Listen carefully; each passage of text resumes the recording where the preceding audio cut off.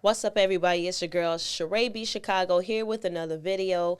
This is not necessarily one of those situations where I will consider this being a reaction video. However, in a sense it is, just not a raw reaction. I'm reacting to what Dr. Umar Johnson said on The Breakfast Club regarding to Kanye West, because there are a lot of people who think like Dr. Umar does when it pertains to Kanye West.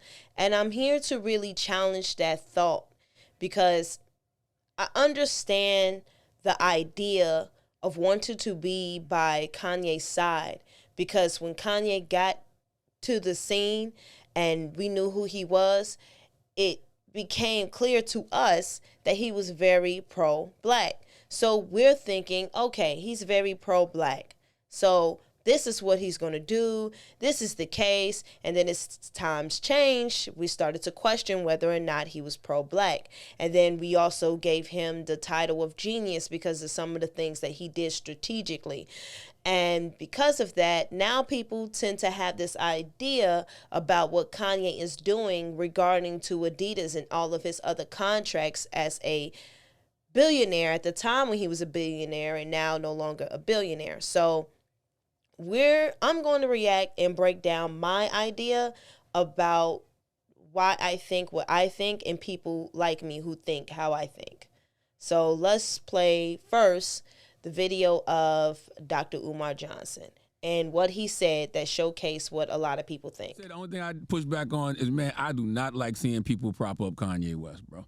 Because Kanye West is the most anti-black Negro out here. And I do not like when people just... Why do you say that? Why do you say he's so anti-black? Look at him. Look at who he chooses to be with. And even when he had those billion-dollar companies, what was under the hood of those companies, Dr. Umar? Where was his black staff? I agree. Where was his black leadership? I agree. You know, and that's why right now, as I just said a minute ago, I believe Kanye's agenda is what's best for Kanye. I don't think it's about what's best for black people until he shows me something else. I really believe he did what he did to get freed of them contracts because he has the brand and the platform and the status now where he could probably make his own sneakers and make his own music and probably sell as much, if not more than he did before. You're giving that man way too much No, credit. I believe so. I believe so. Kanye's big. He thinks, which a lot of other people think, that he strategically decided to try to get out of the Adidas contract.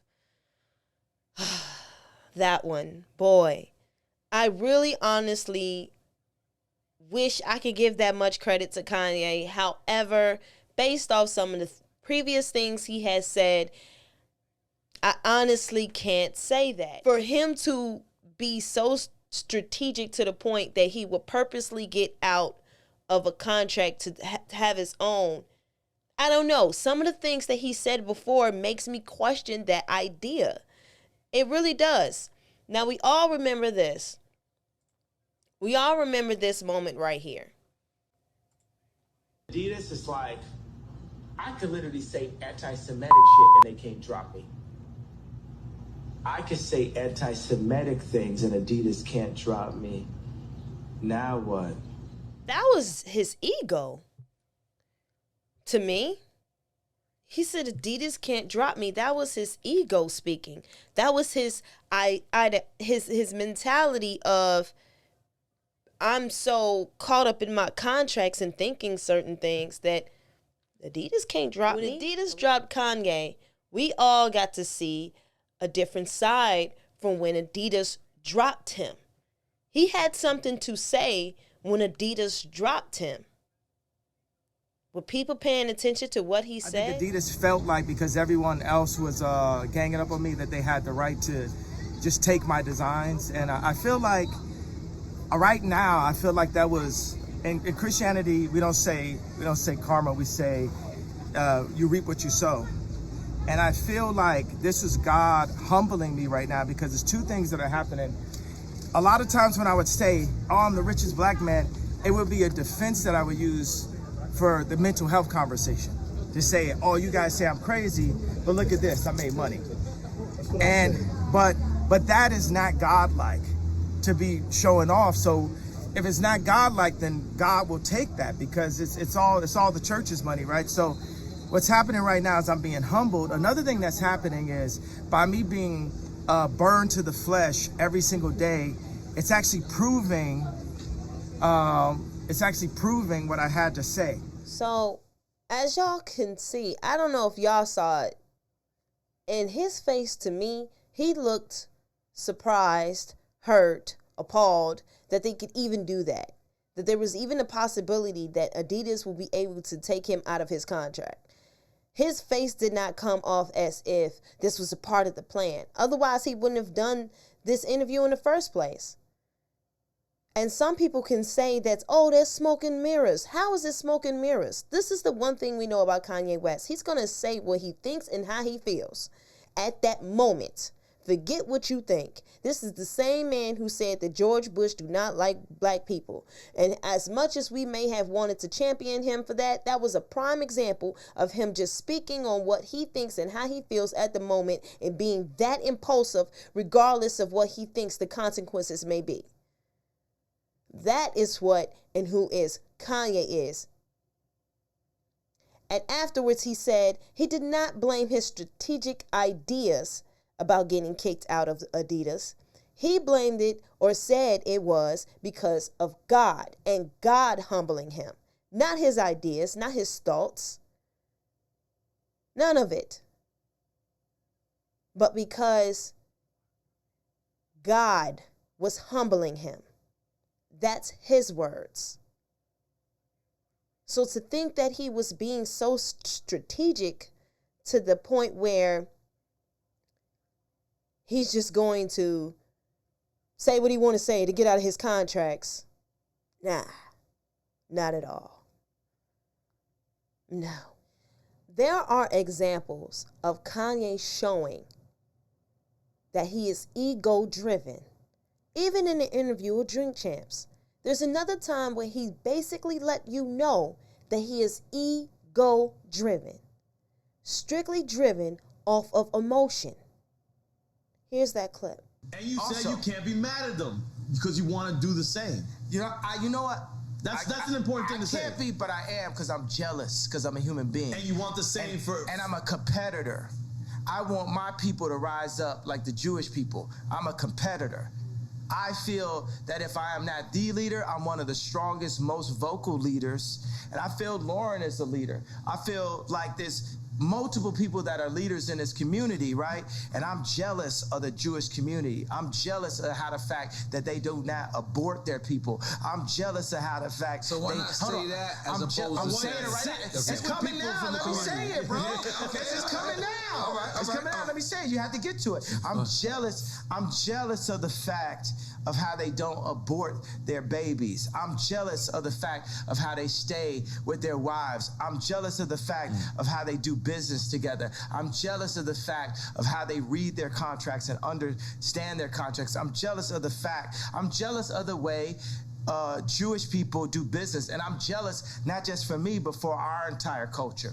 And I believe that once we rise up, that we will have a position to be able to serve God, because it's not about taking over the world. God runs the world. We need to be in service to God, and we all need to be in service to God. So I'm jealous. And you know what? Because when I would speak on the Khaled and Drake record, why I speak on that? Out of jealousy. When I was speaking on Drake, why I speak on that? Out of jealousy. While I'm speaking on the Jewish culture, why I'm speaking on that? Out of jealousy. I'm jealous of the Jewish culture. Jealousy. And where does jealousy live? Right in the heart of your ego. You're jealous because somewhere in your ego and in your pride, you're hurt. You're hurt. And when Kanye is hurt, he lashes out. We all know what happened when his mother passed, unfortunately.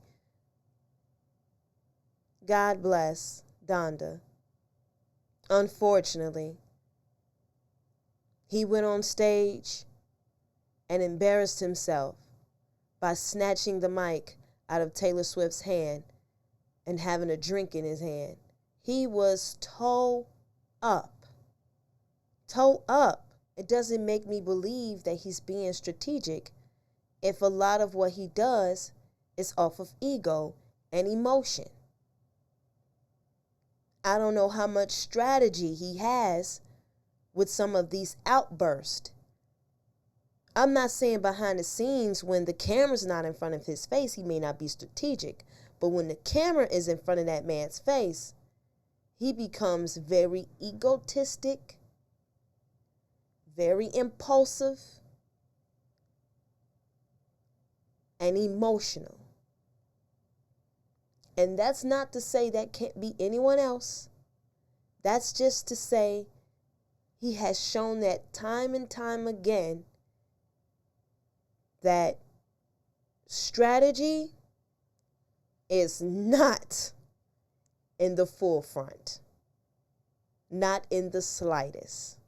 I know there are a lot of people who have a lot of faith in Kanye West, and I understand, like I said before, the thought and the emotion behind it because of when Kanye came onto the scene, what he represented, what he did, the things that he said, and those type of ideas and ideology would definitely have you thinking that, hey, he's doing and saying certain things for us, and he's being strategic.